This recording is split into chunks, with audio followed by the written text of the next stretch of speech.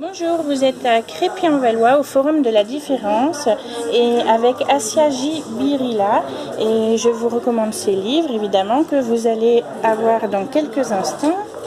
Voilà, comme ça. Et je lui laisse la parole. Bonjour. Eh bien bonjour, bienvenue au Salon de la Différence. C'est vrai que la différence est une notion qui m'interpelle. Auteur et conférencière.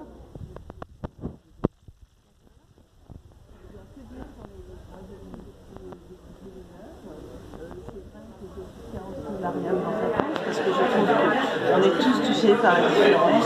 Mon voisin, moi, vous, on est tous différents. Oui. C'est important de pouvoir la mettre en avant.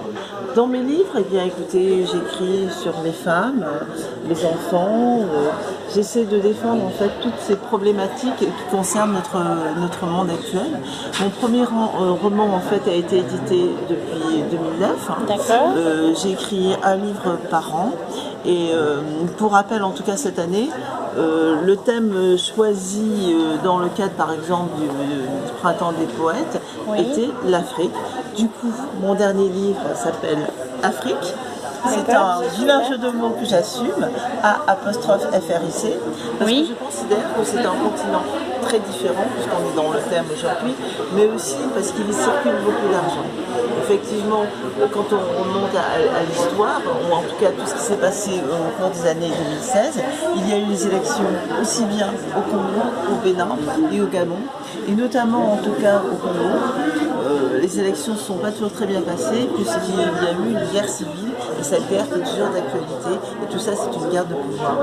Que dire aussi, pour moi écrire c'est important, c'est la possibilité en tout cas de pouvoir, comment dire, interpeller les gens, soit sur la condition des femmes, soit sur la politique actuelle sur le continent africain, soit sur la problématique des enfants soldats.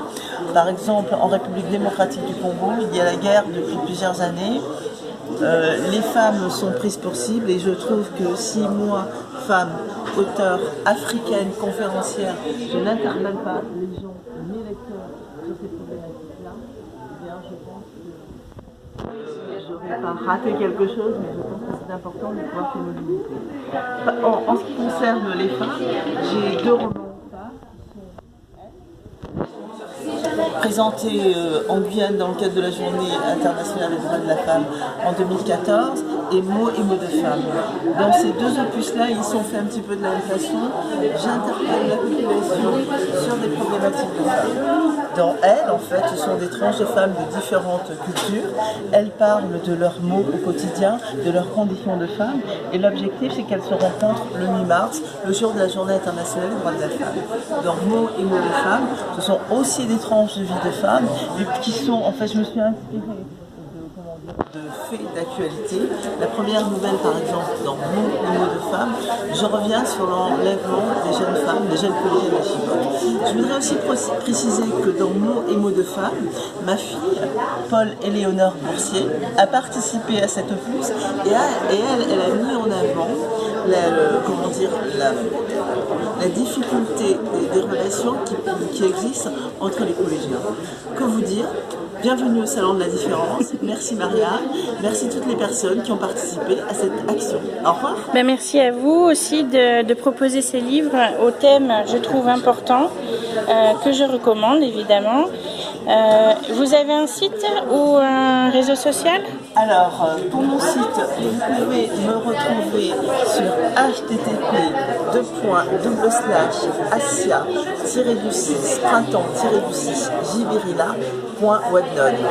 D'accord. Voilà, à une différence près. Oui. C'est le livre de plusieurs auteurs qui ont écrit sur la différence. Merci. Merci à vous.